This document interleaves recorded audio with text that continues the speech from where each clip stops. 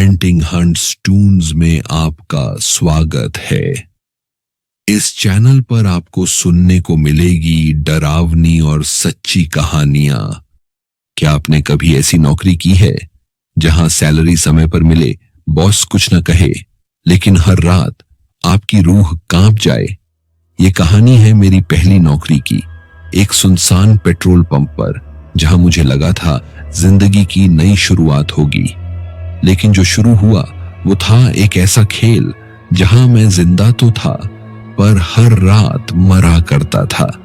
बिना नंबर की गाड़ियां, बिना चेहरों के ग्राहक, और एक तहखाना जहां नाम खुदे थे, मेरे भी। जानिए क्या हुआ उस रात और क्यों ये नौकरी मेरी आखिरी बन गई। मेरा नाम राजीव चौहान है। मेरी उम्र 24 साल है। मैं उत्तराखंड के एक छोटे से पहाड़ी गांव से आता हूं, भीमताल के पास का एक इलाका जहां रात को सन्नाटा पहाड़ों पर उतर आता है और हवा भी जैसे फुसफुसाकर चलती है। मैं हमेशा से शांत और अकेला रहने वाला इंसान रहा हूं। शायद जिंदगी ने मुझे ऐसे ही डाला था। माँ बहुत पहले चली गई थी और पिता, उनका चेहरा अब सिर्फ धुंधला सा याद आता है। उन्हें खो देने के बाद मेरा बचपन तिनकों की तरह बिखर गया। रिश्तेदारों की छांव में पला, लेकिन कभी घर जैसा एहसास नहीं हुआ। कॉलेज खत्म होते ही मैंने पहाड़ छोड़ दिया और देहरादून आ गया, एक नई शुरुआत की तलाश में। जेब में पैसे कम थे और सपने भारी। मैं किसी बड़ी कंपनी में नहीं, बस किसी ऐसी जगह नौकरी चाहता था जहां लोग ज्यादा सवाल न करें। और तब मुझे एक ऑफर मिला, एक पुराने पेट्रोल पंप पर नाइट शिफ्ट की नौकरी। शहर से थोड़ा बाहर, जंगल के किनारे, एक पुराना पेट्रोल पंप जो कई सालों से वहां मौजूद था। कहने को तो ये नौकरी छोटी थी, लेकिन मेरे लिए एक उम्मीद थी, या शायद एक भागने का बहाना, क्योंकि मैं वहां सिर्फ पैसे कमाने नहीं आया था, बल्कि अपनी बीती जिंदगी के कुछ हिस्सों से पीछा छुड़ाने भी आया था। लेकिन मुझे नहीं पता था कि जिस जगह को मैंने आराम समझा, वो असल में मेरी जिंदगी का सबसे बड़ा डरावना मोड़ बनने वाला था। जिस पेट्रोल पंप में मेरी पहली नौकरी लगी थी, उसका नाम था शिव फ्यूल स्टेशन, लेकिन लोग उसे साइलेंट पंप कहकर बुलाते थे। वो नाम अजीब सा लगा मुझे पहली बार, लेकिन बाद में समझ आया कि उसमें साइलेंस से कहीं ज्यादा कुछ छुपा था। यह पंप देहरादून शहर से करीब 17 किलोमीटर दूर एक पुराने हाईवे के किनारे था। अब वो रास्ता ज्यादा इस्तेमाल नहीं होता था, क्योंकि नई बाईपास रोड बन चुकी। उस ओर अब ज्यादातर सिर्फ ट्रक ड्राइवर या रात को खोए भटके मुसाफिर ही जाते थे। पंप का माहौल कुछ अलग ही था। दिन में तो 2-4 गाड़ियां आती थी, लेकिन रात को ये जगह एकदम जिंदा लगती थी। नहीं, मैं मजाक नहीं कर रहा। जैसे हवा यहां सिर्फ रात को चलती हो, जैसे पेड़ तभी सरसराते हों। पंप की बिल्डिंग पुरानी थी, फटी हुई दीवारें, छत से टपकता पानी और एक स्टोर रूम जो हमेशा बंद रखा जाता था। वहां काम करने वाले स्टाफ के लिए एक छोटा सा रेस्ट रूम भी था, लेकिन कोई वहां रात नहीं बिताना चाहता था। आसपास सिर्फ पेड़, झाड़ियां और एक टूटी हुई सड़क थी जो पुराने भानगढ़ राजपुर मार्ग की ओर जाती थी। क्या थी स्थानीय अफवाहें। पड़ोस के गांव वालों में इस जगह को लेकर कई किस्से थे। कहते थे, रात को वहां एक औरत दिखती है जो हर आते जाते से लिफ्ट मांगती है, और जो उसे लिफ्ट दे दे वो कभी मंजिल तक नहीं पहुंचता।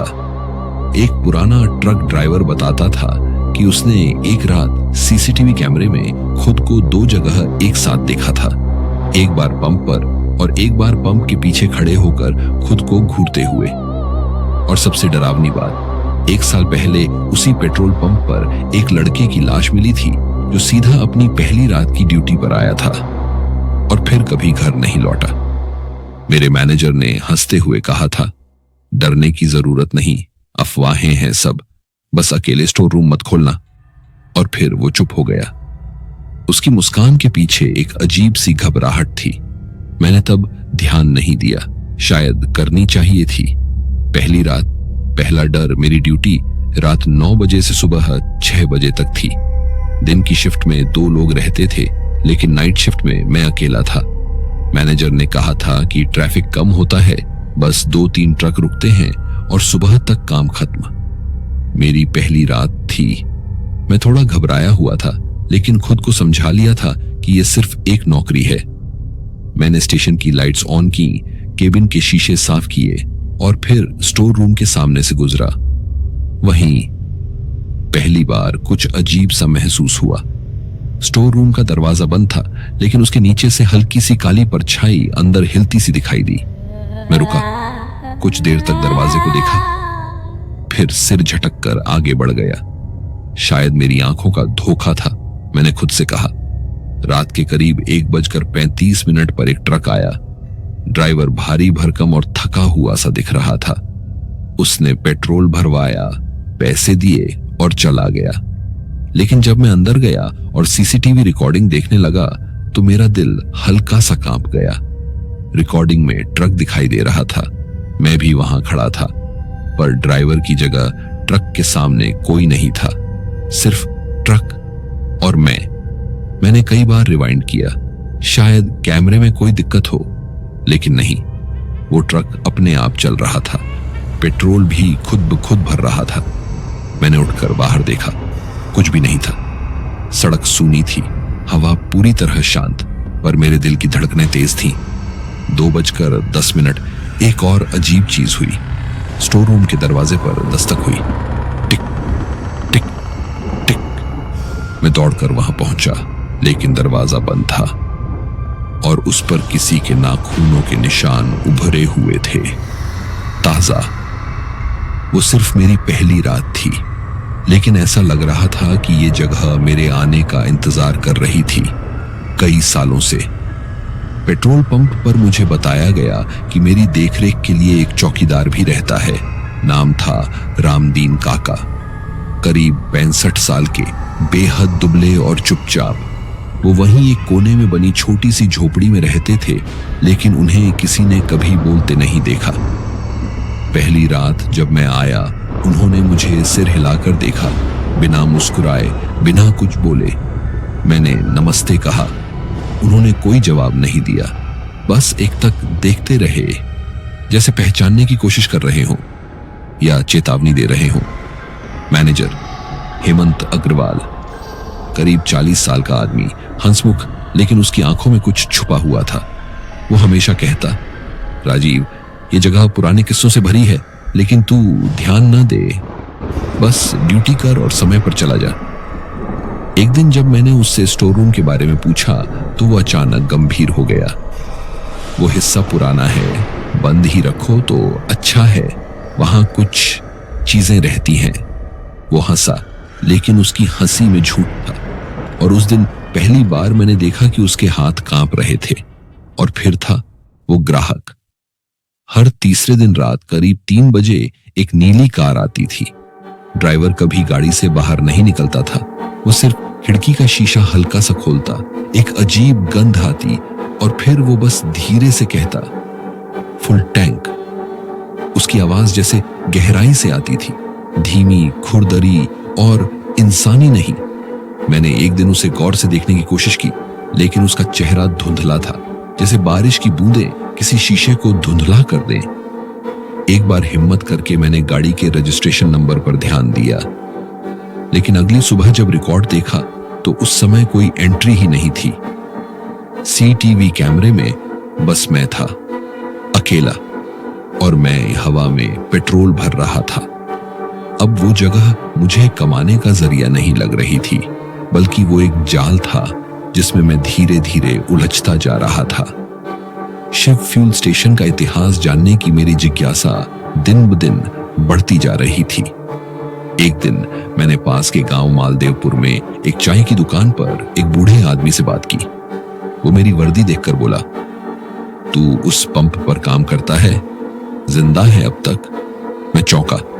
उसने इशारा किया मुझे पास बैठने का और फिर धीरे धीरे एक पुरानी कहानी सुनाने लगा, पेट्रोल पंप की सच्ची घटना, 1998 की रात 26 नवंबर 1998 एक सर्द रात थी। पेट्रोल पंप नया नया बना था। उस रात एक लड़की दौड़ती हुई आई थी, खून से सनी हुई, कांपती हुई। वो किसी ट्रक से बचकर भाग रही थी, मदद मांग रही थी। शिफ्ट पर तैनात लड़के विक्रम ने उसे अंदर आने दिया, लेकिन तभी ट्रक भी वहीं आ पहुंचा। गवाहों के मुताबिक ट्रक के ड्राइवर ने कहा, ये मेरी बीवी है, दिमागी हालत ठीक नहीं। विक्रम को कुछ गलत लगा। उसने लड़की को रेस्टरूम में छुपा दिया और पुलिस बुलाने की बात की, लेकिन तभी पंप की बिजली चली गई और जब वापस आई, लड़की गायब थी। विक्रम की गर्दन टूटी हुई हालत में स्टोर रूम के पास मिली। ट्रक ड्राइवर का कोई सुराग नहीं मिला। कहा जाता है कि वो लड़की अब भी कभी कभी रात को भागती हुई दिखाई देती है और जो उसकी मदद करता है वो अगली सुबह नहीं बचता। क्या था रामदीन काका की चुप्पी का राज? अब मुझे समझ आने लगा कि रामदीन काका क्यों कभी कुछ नहीं बोलते, क्योंकि वो उस रात के इकलौते जिंदा गवाह थे। उन्होंने वो सब देखा और तब से उनकी आवाज चली गई। कई बार रात को स्टोर रूम के पास से एक औरत के रोने की आवाज आती थी, धीमी टूटती हुई आवाज में बस एक ही वाक्य, बचाओ। अब कहानी वहां पहुंच चुकी है जहां सच्चाई और भूतियां अफवाहें आपस में घुलने लगी हैं। हर रात मुझे लगता जैसे कोई मुझे देख रहा है, छू रहा है, लेकिन दिखाई नहीं देता। अब मेरी ड्यूटी की हर रात एक जैसी नहीं रह गई थी। हर शिफ्ट में कुछ ना कुछ ऐसा होता जो मुझे यकीन दिलाता कि यह सिर्फ एक पेट्रोल पंप नहीं है, ये एक फंसा हुआ समय है जहां कुछ अधूरी आत्माएं बंद हैं। रोज रात के 3 बजे एक गाड़ी आती। उसकी नंबर प्लेट कभी नजर नहीं आती थी, कभी पूरी काली, कभी मिट्टी से ढकी। एक रात मैंने हिम्मत करके मोबाइल से उसका फोटो खींचा, पर जब फोटो देखा, गाड़ी गायब थी, सिर्फ मैं खड़ा था और मेरे पीछे किसी के हाथ मेरे कंधे पर रखे हुए थे। मैंने सीवीसी की रिकॉर्डिंग हर सुबह चेक करना शुरू कर दिया था और हर बार कुछ न कुछ गलत होता। मैं बाहर पेट्रोल भर रहा होता, लेकिन रिकॉर्डिंग में दिखता कि मैं केबिन में बैठा हूं। एक बार रिकॉर्डिंग में देखा कि रामदीन काका मुझसे बातें कर रहे थे, जबकि वो हकीकत में गूंगे हैं। एक रात मैंने खुद को स्टोर रूम के सामने खड़ा देखा, बिल्कुल शांत, लेकिन असल में उस समय मैं सो रहा था। रात के करीब 2:45। पंप की लाइटें एक एक करके फ्लिकर करने लगी, फिर पूरी तरह बंद हो गई। केबिन का पंखा तेजी से घूमने लगा, बिना बिजली के। स्टोर रूम का दरवाजा धीरे धीरे खुद खुल गया। वहां से ठंडी हवा नहीं, सीधी सड़न की गंध आई। मैंने देखा वहां एक पुरानी नीली चुन्नी पड़ी थी, जैसे किसी ने वहीं उतारी हो। वो हिस्सा पुराना है, बंद ही रखो। मैनेजर की बात याद थी, लेकिन अब कोई कुछ मुझसे कह रहा था, अंदर देखो। एक रात हिम्मत कर मैं वहां गया, दरवाजा धीमे से धकेला। अंदर पूरा अंधेरा। मेरे मोबाइल की टॉर्च से दीवारों पर अजीब नाखूनों के निशान दिखे और जमीन पर किसी को घसीटने के निशान। दीवार पर एक वाक्य लिखा था, खून से। जिसने भी दरवाजा खोला वो फिर कभी बंद नहीं कर सका। और फिर पीछे से किसी ने मेरा नाम लिया, राजीव। मैं मुड़ा, पर वहां कोई नहीं था। सिर्फ एक शीशा रखा था जिसमें मैं नहीं दिख रहा था। अब मुझे समझ आ गया था, यह सिर्फ भूतिया जगह नहीं थी, ये एक जिंदा पिशाच था जो हर उस इंसान को धीरे धीरे खा जाता था जो यहां ज्यादा दिन टिक जाए। हर रात अब एक नया डर लेकर आती थी। कभी दीवार पर किसी बच्चे की हंसी गूंजती, कभी टंकी से निकलती कोई मानसिक चीख, और कभी स्टोर रूम खिड़की से दिखता एक चेहरा उल्टा लटका हुआ। एक रात स्टोर रूम के एक कोने में झाड़ू लगाते वक्त मुझे एक धूल भरी डायरी मिली। कवर फटा हुआ था और पहले पन्ने पर नाम लिखा था, विक्रम चौहान, 1998। डायरी के पन्ने डर से भरे थे। आज फिर वो लड़की आई थी, उसके पैरों में खून था। हर बार वही ट्रक और वही चेहरा, मुझे लगता है ये कोई इंसान नहीं, ये कोई काली चीज है। अगर मैं बचा नहीं तो ये डायरी पढ़ने वाला भाग जाए। मैंने वो डायरी छुपा ली और अब मैं जान चुका था कुछ बहुत पुराना जिंदा है यहाँ।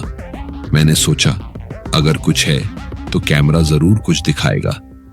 रात 2:59 पर गाड़ी आई, 3 बजे गई। पर इस बार पिछले महीने की रिकॉर्डिंग में देखा तो हर तीसरी रात वही गाड़ी आती थी। हर बार उसी टाइम पर, उसी स्पीड पर, बिना बदले हुए। और 3:01 पर हमेशा कैमरा ब्लर हो जाता था, जैसे कोई उसकी आंखों पर पर्दा डाल देता हो। अचानक एक रात रामदीन काका ने मुझे बुलाया। वो पहली बार मेरी आंखों में देख रहे थे और उनके हाथ में एक पुराना लिफाफा था। उसमें एक चिट्ठी थी, मैनेजर के हाथ से लिखी हुई। रामदीन, मुझे पता है तूने सब देखा। वो आत्मा अब भी यही है। वो लड़की अब भी बदला चाहती है। मैंने गुनाह किया है, लेकिन अब वक्त नहीं बचा। जो नया लड़का आया है राजीव, उसे बचा लो अगर हो सके, क्योंकि अगली बार उसकी बारी है। अब मुझे पता था ये सिर्फ कोई डरावनी जगह नहीं थी। ये एक जाल था जिसे समय, खून और रहस्यमयी मौतों से बुना गया था। हर संकेत मुझे बता रहा था कुछ आने वाला है। मैं अब तक जितनी भी रातें यहां गुजार चुका था वो सब जैसे किसी सुनियोजित खेल का हिस्सा थी। हर सुराग, हर डर, हर अजीब घटना एक ही दिशा में इशारा कर रही थी। स्टोर रूम की दीवार के पीछे एक रात जब बहुत जोर की आंधी आई और पूरी बिल्डिंग कांपने लगी, स्टोर रूम की दीवार खुद ब खुद दरक गई। उस दरार के पीछे छिपा था एक गुप्त तहखाना। मैं नीचे उतरा। एक पुराना लोहे का दरवाजा, जंग लगा हुआ। खोला तो अंदर सड़ी हुई लकड़ी, खून की बदबू और इंसानी बालों के गुच्छे बिखरे थे। दीवारों पर नाम खुदे थे और हर नाम के आगे एक्स का निशान। आखिरी नाम था विक्रम चौहान, 1998, और उसके ठीक नीचे था राजीव शर्मा। मेरा नाम। मैं वहीं सुनने खड़ा रह गया। आखिर कौन थी वो लड़की? कि तभी एक और सुराग। डायरी का आखिरी पन्ना जो पहले गायब था, अब तहखाने में मिला।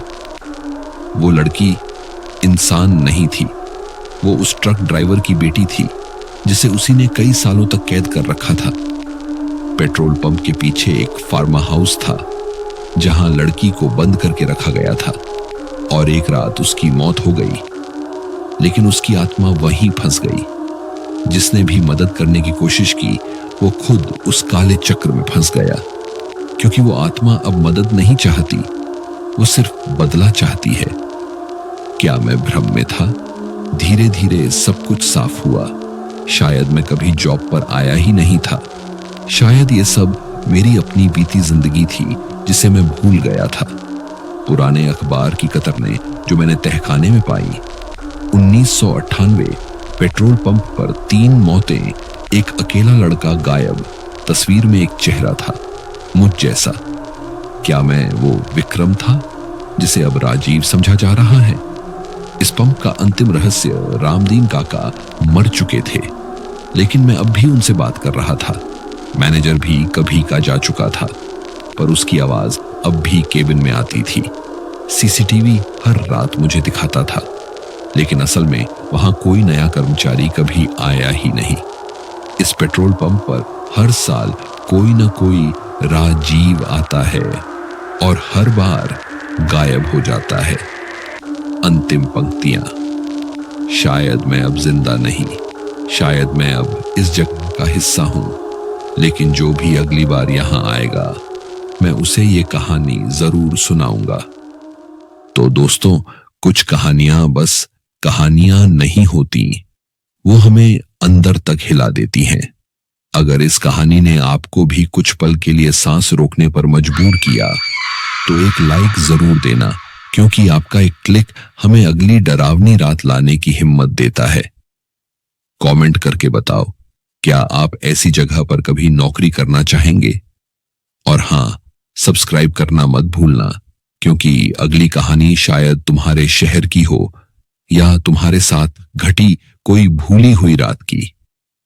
मिलते हैं फिर एक और डरावनी मुलाकात में, जहां रोशनी कम और साया ज्यादा होगा।